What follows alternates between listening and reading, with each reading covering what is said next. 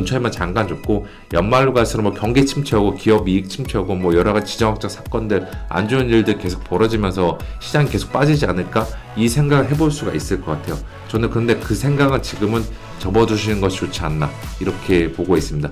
올해는 야 작년처럼 얼마나 더 빠질까를 걱정하는 해가 아니라 얼마나 더 먹고 나올 수 있을까 이거를 고민을 해야 된다라고 저는 생각을 하고 있어요. 그 말씀을 드리는 거는 뭐 한 두 가지 정도 근거를 좀 말씀을 드릴게요. 그리고 또 중요한 거는 이것도 있겠죠. 신용, 레버리지, 반대매매, B2, 빚내서 주식투자 이런 이야기할 때 가장 많이 활용되는 데이터가 신용잔고 데이터인데 최근에 2차전지 이야기 제가 안 할 수가 없을 것 같아요. 그 2차전지주들이 그렇게 셌던 것 중 하나는 일반 개인들이나 뭐 기관들이나 외국인들의 순매수세가 붙어서 그런 것도 있는데 단순히 현금을 가지고서 그 주식을 산 게 아니라 빚을 내서 주식을 사서 올린 것도 있어요. 그거를 확인할 수 있는 게 신용잔고 데이터를 통해서도 확인을 할 수가 있습니다. 최근에 그 이례적인 현상이 하나 출현했는데 통상적으로 그 코스피의 시가총액과 코스닥의 시가총액이 엄청 차이 많이 나는 거 아시죠? 예. 그런데 이런 관점에서 봤을 때 일반적으로 신용잔고라는 거, 빚내서 주식 투자하는 금액은 코스피의 금액보다는 코스닥 금액이 작아야 되는 것이 일반적이에요. 그런데 최근 들어서 코스닥의 신용잔고가 코스피의 신용잔고를 앞질렀습니다. 이례적인 현상이 오랜만에 출현했어요. 이렇게 역사적으로 우리나라 증시 역사상 코스닥의 신용잔고가 코스피의 신용잔고를 앞질렀던 적이 몇 차례 없었는데 코스닥의 신용잔고가 코스피의 신용잔고를 앞질렀던 배경은 2차전지주를 중심으로 개인들이 빚내서 주식 투자하는 수급들이 많이 붙어서 그런 것들이 있습니다. 이번에 2차전지주들의 강세는 가지고 있는 현금을 들고서 주식을 산 측면도 있을 뿐만이 아니라 빚을 내서 산 수급들도 같이 들어와서 이렇게 주가가 더 날아갔던 측면이 있다. 이렇게 보시면 될 것 같아요. 그런 흐름들을 저희가 이해를 하기 위해서는 특정 주식들, 특정 테마주들 이런 것들이 예상보다 세게 가는 배경들을 이해하기 위해서는 신용잔고에 대한 좀 분석들 그 공부가 필요하다라고 생각해서 저는 신용잔고에 대한 이야기들을 이 책에서 좀 소개를 했고요. 이 신용잔고는 뭐 어렵지 않게 구할 수가 있어요. 금융투자협회 통계 사이트 가면은 매일마다 신용잔고 현황을 업데이트를 하고 있습니다. 그래서 코스피 신용잔고 얼마, 코스닥의 신용잔고 얼마 이런 것들을 업데이트를 할 수 있다. 이렇게 보시면 될 것 같고 또 이 신용잔고로도 나름의 그 시장의 위험 신호나 혹은 그 기회 신호를 포착을 할 수가 있습니다. 어떠한 거냐? 그 통상적으로 신용잔고라는 거는 코스피나 코스닥의 시가총액이 커지면 커질수록 지수가 올라가면 올라갈수록 신용잔고도 금액은 같이 증가하는 경향이 있어요. 그래서 어떻게 보면은 신용잔고의 절대적인 추이만 가지고서 빚내서 주식 투자하는 분위기에 과열됐다. 그렇게 판단하기에는 조금 무리가 있습니다. 그래서 저는 여기서 좀 이 책에서 제안드리는 아이디어는 시가총액 대비 신용잔고의 상대 비율을 한번 볼 필요가 있다. 이 이야기를 드릴게요. 그래서 시가총액 대비 신용잔고 이것도 누구나 다 쉽게 구할 수 있습니다. 단순 나눗셈만 하면은 되는 거여서 신용잔고 대비 시가총액 비율이 에버리지 평균 내서 계산하시면 되는데 평균 대비 얼마나 많이 올라왔나 내려왔나 이거를 판별해 보면은 증시가 지금 얼마나 과열이고 얼마나 좀 위축이 됐는지 이 신용잔고 데이터를 통해서도 확인을 할 수 있다. 저는 이 말씀 좀 드리겠습니다. 성장주와 가치주의 문제를 이분법적으로 접근하는 것부터 벗어나보자. 실적에 기반한 균형 잡힌 방식을 취해보는 것이 투자 레벨 향상에 유용한 도구가 될 수 있다. 주가는 결국 실적의 함수다. 본인만의 그런 매매 방식이 없는 그런 투자자들에게 종목을 접근하는 방식에 대해서 팁을 주신다면? 예. 뭐 팁이라고 한다면 여기서 성장주와 가치주의 구분을 좀 이야기를 하셨는데 주식 하다 보면은 이제 그 성장주 하면은 캐시우드 같은 ARKK, 뭐 돈나무 언니 이러한 분들이 운영하는 방식을 성장주 투자 방식이라고 하고 또 워렌 버핏이나 뭐 벤저민 그레이엄 저희 유명한 투자 서적들에 나오는 그 투자의 대가들은 대부분 다 가치 투자 이야기를 좀 많이를 하고 있습니다. 그래서 아마 처음 투자하시는 분들도 과연 내 투자 성향이 성장주일까 가치주 투자 성향일까 여기에 대해서 고민을 많이 하게 되는데 저는 그렇게 성장주 가치주 이분법으로 접근을 하기보다는 결국에는 실적에 기반해서 투자를 하는 것이 좋지 않을까 이렇게 생각하고 있어요. 가치주도 결국에는 실적 대비 주가가 많이 안 나와서 이제 가치주라 불리는 거고 또 성장주 같은 경우는 미래 실적 성장성이 너무 좋기 때문에 성장주라고 부르고 있습니다. 시점이 어디냐에 따라서 그냥 차이만 있을 뿐이지 가치주가 됐건 성장주가 됐건 결국에는 실적 기반에서 다 접근하는 방식이 아닌가 이렇게 생각하고 있어요.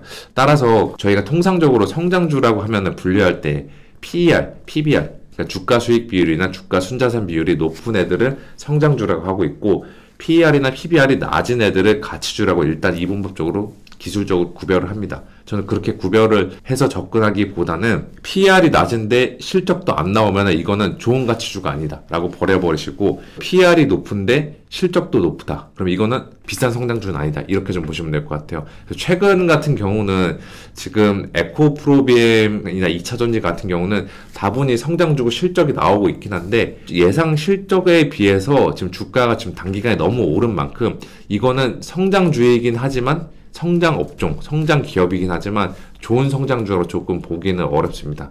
차라리 지금 이제 실적이 이제서 좀 다시 좀 나오고 있고 주가도 어느 정도 합리적인 수준에서 성장주만큼은 아니지만 2차전지주만큼은 아니지만 어느 정도 합리적인 수준에서 주가가 거래되고 있는 게 저는 대표적으로 우리나라 반도체 기업이라고 생각하고 있거든요. 삼성전자, SK 하이닉스나 아니면 그 아래 있는 소부장 이러한 업종들이 어떻게 보면은 가치주랑 성장주랑 제대로 잘 섞인 지금 업종, 기업들이라고 생각하고 있어요.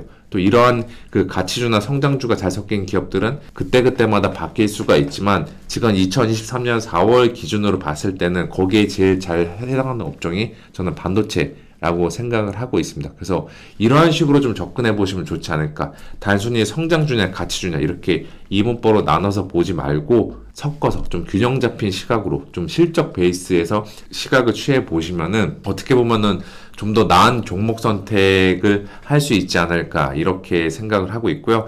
또 제가 또 이 말씀을 안 드릴 수가 없는 게 그 제가 실적 이야기하면서 주가는 실적의 함수다라고 이야기했습니다. 그런데 지금 보면은 이 문제를 한번 생각해 볼 수 있을 것 같아요. 주가는 실적의 함수인데 지금 삼성전자 실적 계속 안 나오고 SK 하이닉스 실적 계속 안 나올 텐데 1분기뿐만이 아니라 2분기도 안 좋을 거다. 이런 이야기들이 나오고 있는데 또 실제로 애널리스트들의 이익 전망치를 보면은 계속 실적 전망치들이 반도체 같은 경우도 그렇고 코스피도 그렇고 계속 꺾이고 있어요. 그렇게 되면은 결국에 우리가 합리적으로 추론해 볼 수 있는 거는 실적이 꺾이는데 어떻게 주가가 계속 갈 수 있을까 이 생각하게 되죠. 그런데 저는 이 지점에서 드리고 싶은 말씀이 주가는 실적의 함수이긴 하지만 얘네들이 동일한 시차로 반영은 안 돼요. 무슨 말이냐? 주식시장은 경제에 선행한다 이 이야기하죠. 경제보다는 주식시장이 빨리 움직인다 이 이야기를 많이 하는데 주식시장 내에서도 실적보다 주가가 더 빨리 움직입니다. 이거는 데이터를 통해서도 저희가 확인을 할 수가 있는 게 그 코스피 주가랑 코스피 주당 순이익, 코스피 이익 전망치를 한번 한 차트에 포개서 그려보면은 얘네들이 방향성은 같이 가는데 우리나라 증시가 방향성이 위로 갔다 아래로 꺾이는 시기, 아래로 갔다 위로 꺾이는 시기, 이때를 변곡점이라고 하는데 변곡점에서는 실적보다 주가가 항상 빨리 반응해요. 이건 저는 개인적으로 이러한 현상이 발생하는 거는 주식시장이 1차원과 2차원에서 벌어지는 데이터 수치의 게임뿐만이 아니라 3차원까지 같이 곁들여서 벌어지는 심리 게임이다 라는 점을 바로 이게 좀 보여준다 라고 생각하고 있습니다. 그래서 제가 지금 반도체도 그렇고 연말로 갈수록 주가가 더 올라간다라고 이 방송을 통해서 중간중간에 이야기를 드렸었는데 그 이야기를 드린 것도 지금 반도체 업종 실적 여전히 부진하고 또 한국 경제나 또 미국 경제 또 전반적인 코스피의 실적들이 부진한 국면에 있지만 주가는 이보다 더 빨리 반응한다. 이 말씀을 드리고자 지금까지 설명을 좀 드렸던 겁니다. 예측을 쓸모없는 것이라고 치부하지 말고 무조건 예측보다 대응이라고 하지 말고 예측을 시도해야 한다. 그 가능성에 한계가 있다는 점을 염두에 둔 채 말이다. 주식은 예측하는 것이 아니라 대응하는 것이다. 네. 이렇게 약간 논리처럼 공식처럼 말씀하시는 분들도 많은데 예, 책에서 적어주신 그대로 네. 무조건 이렇게 어느 한 방향을 네. 지향하는 건 또 아닌 것 같다는 생각도 들어요. 예. 올해 이제 마지막 시장 참여자들에게 한마디 해주신다면. 네, 정말 잘 지적해 주셨는데 그 주식하다 보면 이런 이야기 잘 들을 것 같아요. 예측보다는 대응이다. 그러면 딱 들 수 있는 생각이 예측하지 말고 대응만 하자. 무슨 일이 발생했을 때 그 후에 대응만 하자. 이런 좀 생각을 해볼 수가 있는데 저는 그건 대응이 아니라고 생각하고 있어요. 그거는 단순히 반응입니다. 예측을 어느 정도를 해놔야지 대응을 할 수 있지 않을까 이 생각하고 있어요. 만약에 이거 한번 생각해 볼게요. 4월 초에 삼성전자 실적이 발표가 됐는데 저 같은 경우는 만약에 삼성전자가 감산을 안 할 것이라고 예측을 했습니다. 그런데 실제로 감산을 했잖아요. 그렇게 됐을 때 대응 플랜들이 바뀌어지게 되는 거죠. 만약에 감산을 안 한다고 했으면은 시장에서도 그렇고 전반적인 삼성전자에 대한 인식은 얘네 실적 바닥 찍으려면 멀었다. 이렇게 하면서 주식을 너무 팔았을 거고, 만약에 실제로 감산했을 경우에는 드디어 이제 공급 측면에서 물량 조절 나가니까 메모리 가격 올라오면서 삼성전자 실적 이제 좀 더 좋아지겠다. 이러한 식으로 대응을 할 수가 있게 되는 거죠. 그래서 저는 예측보다는 대응이라는 것에 동의를 하지만, 그렇다고 해서 예측 자체가 정말 쓸모없는 것으로 보고 있지는 않습니다. 그 활동하는 입장에서 저도 예측 굉장히 자주 틀리고 있고 반성도 많이 하고 있는 입장인데, 그렇다고 해서 어떤 일들, 예를 들어서 연준의 통화정책이나 미국의 물가나 아니면 우리나라 반도체 업종 주가 혹은 코스닥의 지금 상대적인 강세 현상들, 이런 것들 예측 안 하고서는 이후에 벌어지는 일들에 대해서 현명한 대응을 하기가 어렵다. 저는 이렇게 생각하고 있습니다. 그래서 저 같은 경우도 이 책을 통해서 일반 독자분들이 어느 정도 매크로 탑다운 관점에서 예측을 해볼 수 있는 다양한 도구들과 아이디어를 소개하고 있다. 이걸 한번 이해해 주시면 될 것 같고요. 또 그 올해 시장 참여자들에게 마지막 한마디를 좀 드린다면은 이것도 있을 것 같아요. 지금 뭐 연초 이후로 우리나라 주식시장도 굉장히 좋았었는데, 올해 초까지만 하더라도 많은 사람들이 이 생각을 했을 것 같아요. 작년에 코스피가 20% 넘게 빠졌는데 올해도 계속 빠지는 거 아니야? 올해 막 상고하저 장세, 연초에만 잠깐 좋고 연말로 갈수록 뭐 경기 침체하고 기업 이익 침체하고 뭐 여러 가지 지정학적 사건들, 안 좋은 일들 계속 벌어지면서 시장이 계속 빠지지 않을까? 이 생각을 해볼 수가 있을 것 같아요. 저는 근데 그 생각은 지금은 접어두시는 것이 좋지 않나, 이렇게 보고 있습니다. 올해는 작년처럼 얼마나 더 빠질까를 걱정하는 해가 아니라 얼마나 더 먹고 나올 수 있을까, 이거를 고민해야 된다라고 저는 생각을 하고 있어요.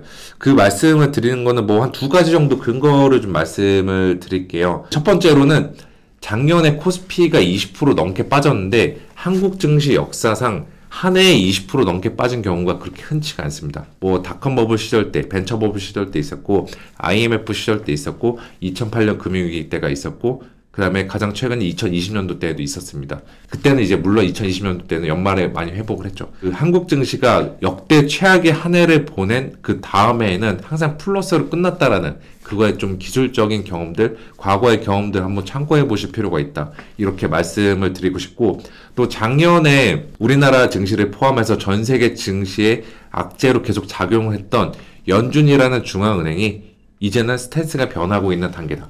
올해 연말로 갈수록 또 내년으로 넘어갈수록 그동안에는 돈을 계속 빨아들이는, 흡수하는 역할을 했다면은 이제 연말로 갈수록 또 내년 넘어갈수록 돈을 다시 풀게 되는 이러한 존재로 바뀌어갈 가능성이 높다. 이러한 전제하에서 그 시장을 전망을 해보면은 올해는 플러스로 끝날 해이다. 도망칠 때 차익 실현하면서 피할 때는 아니다. 저는 이렇게 좀 말씀을 드리고 싶습니다.